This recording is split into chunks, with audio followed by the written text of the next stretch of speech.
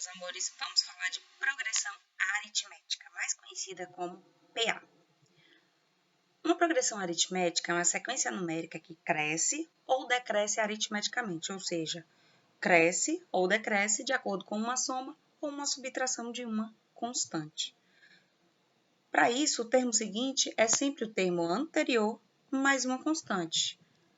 Essa constante nós damos o nome de razão. Como assim? Vamos considerar uma progressão aritmética uma PA finita. Por que finita? Porque ela pode ser infinita. Como assim? Ela é finita quando eu sei o primeiro e o último termo.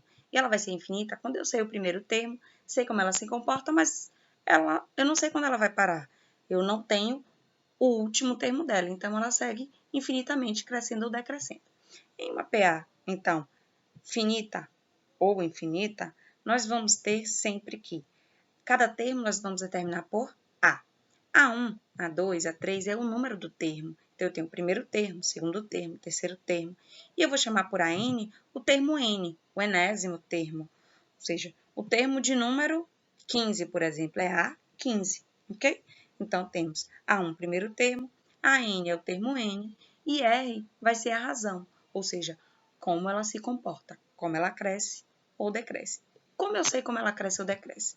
Observe que se eu estou falando de aritmética, de soma ou subtração, se R for maior que zero, eu vou ter uma soma, não é isso? Então, se eu somo sempre um número positivo, a minha PA vai ser crescente. Agora, se o R for menor que zero, negativo, eu vou ter uma subtração, ou uma soma de número negativo. Logo, os meus números vão diminuir.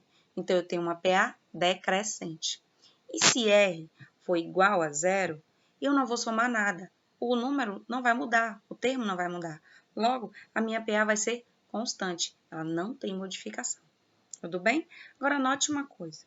Quando nós falamos de PA, nós estamos falando de uma função afim. Vou te mostrar isso mais à frente. Fique de olho. Vamos lá? Então, se eu te der uma PA finita qualquer, tudo bem? Uma PA qualquer. Nessa PA, observe que se o termo seguinte é o termo anterior mais R, A2, o segundo termo, vai ser o primeiro termo mais a razão. A3 vai ser o segundo termo mais a razão. Mas note que A2 é A1 mais a razão. Então, A3 pode também ser chamado como A1 mais duas vezes a razão. A4 é A3 mais a razão, porque é o anterior mais a razão. Mas eu já achei que A3 é A1 mais 2R. Logo, A4 também pode ser A1 mais 3R. Seguindo o padrão, nós vemos que A5 vai ser A1 mais 4R e A10 vai ser A1 mais 9R. Assim, a N vai ser A1 mais N menos 1 vezes R. Não é mesmo? O número do termo é A1 mais menos 1, o termo menos 1, vezes a razão. Isso é o que chamamos de termo geral da PA. O que significa, então, termo geral da PA? É a forma como encontraremos todos os outros números da PA. Usando a fórmula AN é igual a 1 mais N menos 1 vezes R. Por isso que eu lhe digo que quando falamos de PA, estamos falando de uma função afim. Olha, AN vai ser meu Y. A1 vai ser a minha constante B, não é isso? N menos 1 é o quê? N menos 1 é o meu X. Por que é o meu X? Porque ele varia de acordo com o termo. E R vai ser o meu A, não é isso? Que é também uma constante. A1 e R são constantes e quem varia é a N e N menos 1, ou seja, meu X, meu Y. Tudo bem? Então, vamos lá. Mas observe uma outra coisa muito interessante sobre o termo geral que ajuda a gente para resolver várias questões. Observe que A1, já que o termo seguinte é um termo anterior mais R, o termo anterior é o seguinte menos R. Confere? Obviamente. Então, A1 pode ser escrito como A2 menos R, não é isso? Então, AN pode ser escrita como A2 menos R mais NR menos R. Logo, AN vai ser A2 mais NR menos 2R. Se eu colocar R em evidência, eu vou ter A2 mais N menos 2 vezes R. Agora, se eu substituir A1 não por A2 menos R, mas por A5 menos 4R, já que A5 vai ser A1 mais 4R, concorda? Então, eu vou ter A5 menos 4R mais NR menos R, A5 mais NR menos 5R, colocando R em evidência, eu vou ter que a N é igual a A5 mais N menos 5 vezes R. Observe que existe um padrão, que no termo geral, nós usamos A1, mas se eu substituir A1 por A2, ao invés de subtrair 1 de N, eu vou subtrair 2. Se eu substituir A1 por A10, ao invés de subtrair 1 de N, eu vou subtrair 10. Então, o termo geral também pode ser escrito como AN é igual a AK mais N menos K vezes R. Nós só temos que observar que o termo AK precisa ser menor que N, ou seja, K precisa ser menor que N, senão não é possível, concorda? Tudo bem? Lindo? Fofo? Vamos passar adiante. Vamos ver, então, alguns exemplos de questões com termo geral.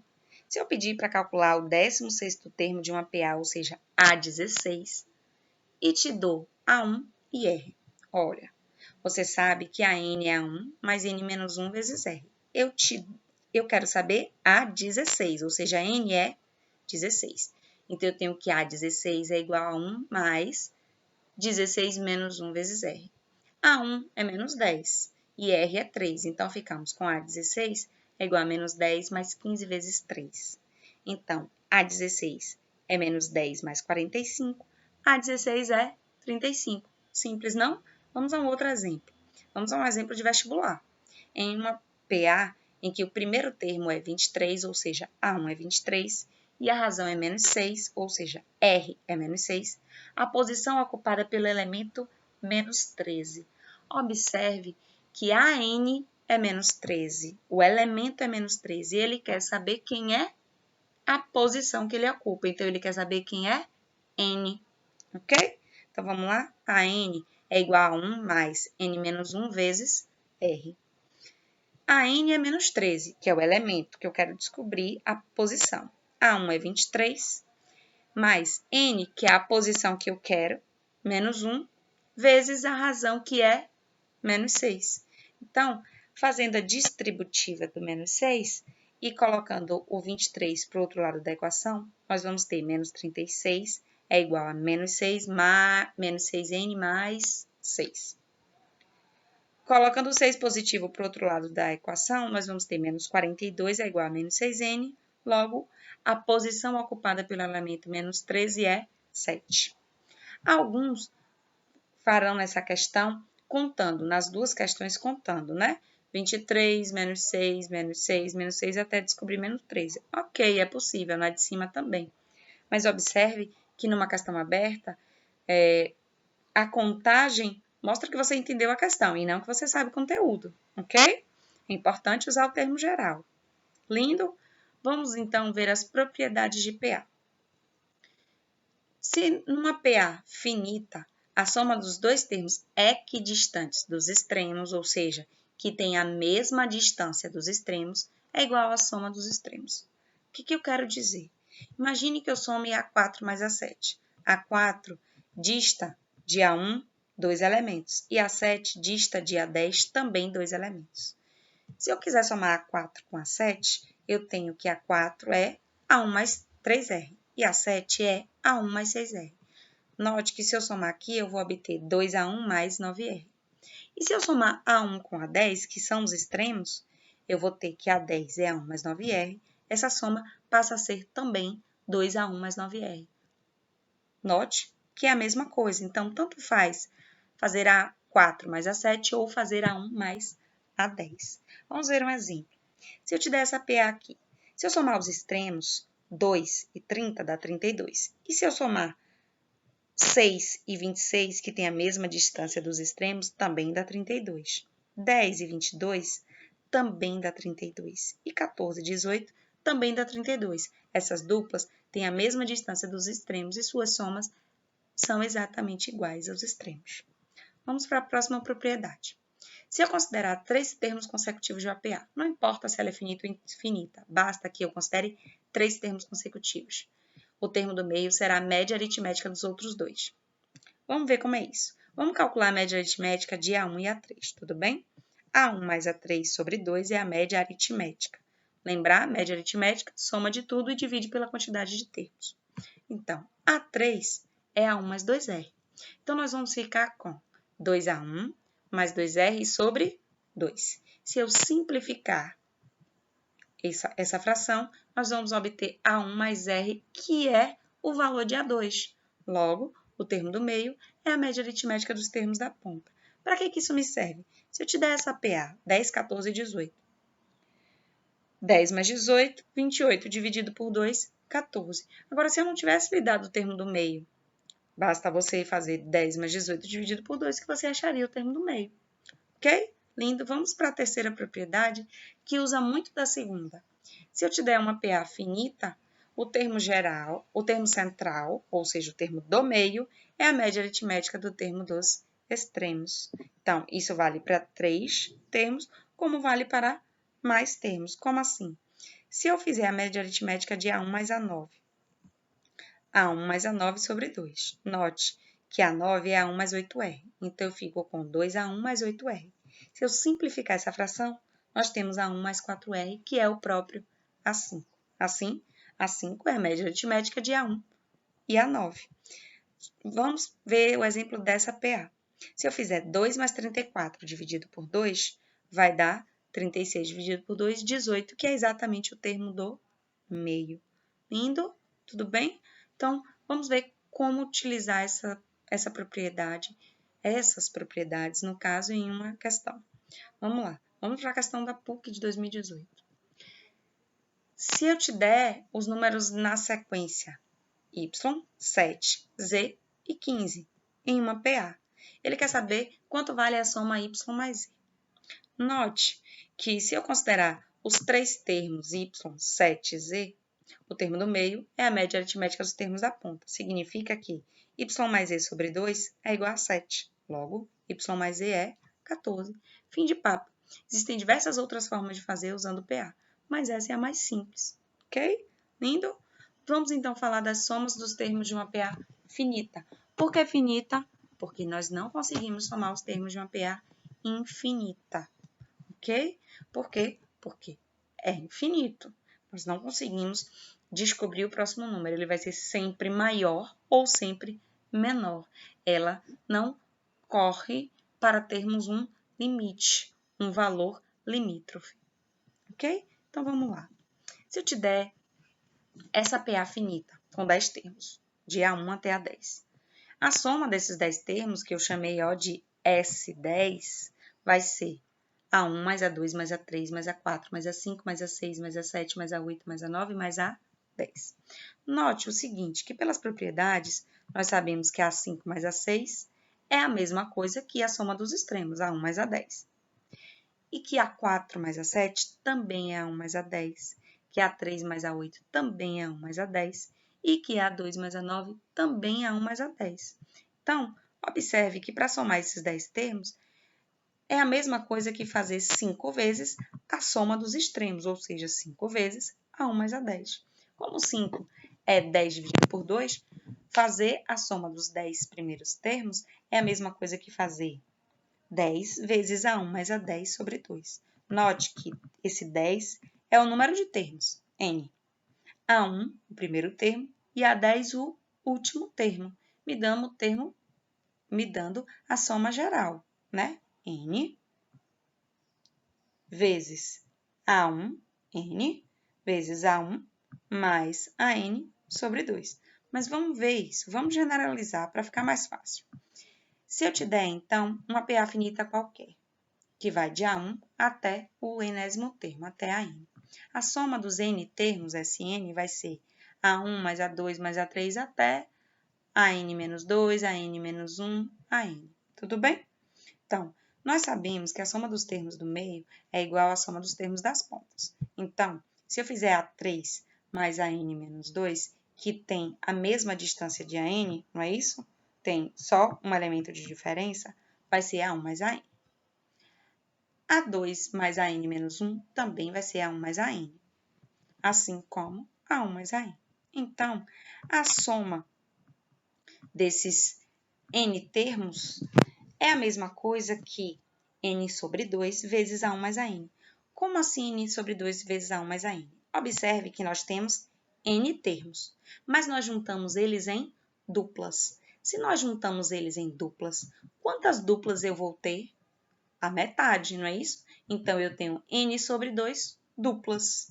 Então, fazer a soma dos n termos é a mesma coisa que fazer n sobre 2 vezes a1 mais a n, ou seja, somar a1 mais a n, n sobre 2 vezes.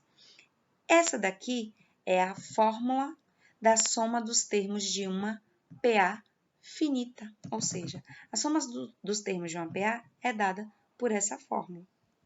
Tudo bem? Vamos ver um exemplo. Se eu pedir para você determinar uma PA, sabendo que a soma dos seus 8 primeiros termos é 324, ou seja, S8 é 324, e que A8, ou seja, o oitavo termo, é 79. Vamos lá. Vamos usar os conhecimentos de praticamente toda a aula nessa questão. Nós sabemos que S8 é 324 e que A8 é 79, não é isso? Então, vamos. Nós temos que a fórmula da soma dos n termos de uma PA é n vezes A1 mais a n sobre 2, tudo bem? Então, nós temos que S8, que é a soma dos 8 primeiros termos, é 8, que é n, vezes A1 mais A8 sobre 2. S8 é 324. A8 é 79. Então, substituindo na questão, nós temos isso aqui. Se eu pegar 2 que está dividindo e passar para o outro lado da igualdade multiplicando, nós teremos 324 vezes 2 é igual a 8 vezes A1 mais 79. Ou seja, 648, 8 que estava multiplicando passou para lá dividindo, 648 dividido por 8, que é 81, é igual a 1 mais 79. Achamos, então, que A1 é 81 menos 79, A1 é 2. Encontramos o primeiro termo. Para que me serve isso? Porque nós sabemos também que a n é igual a 1 mais n menos 1 vezes a razão. Logo, a n, que no nosso caso é A8, é igual a 1 mais n é 8, 8 menos 1 vezes a razão. Então, 79 é igual a 2, que é A1, mais 7R. Por que eu estou fazendo isso? Para achar a razão. Porque se eu não achar a razão, eu não sei quem é a PA. Então, eu tenho 79 menos 2 é igual a 7R, 77 é igual a 7R, R é 77 dividido por 7, logo é 11. Então, eu tenho que A1 é 2, a razão é 11. Então, nós temos a PA 2, 13, que é 11 mais 2, 24, que é 13 mais 11, 35, que é 24 mais 11, 46, que é 35 mais 11, 57, que é 46 mais 11, 68, que é 57 mais 11, e 79, que é 68 mais 11. Parei aí, porque ele me disse que a PA, ele me deu a soma dos 8 primeiros termos da PA. Podemos colocar como infinita, já que ele não me disse se a PA é finita ou infinita, mas a resposta está dada, essa é a minha PA. Ok? Lindo? Agora, pratique um pouco mais, bons estudos. Se necessário, revise a aula.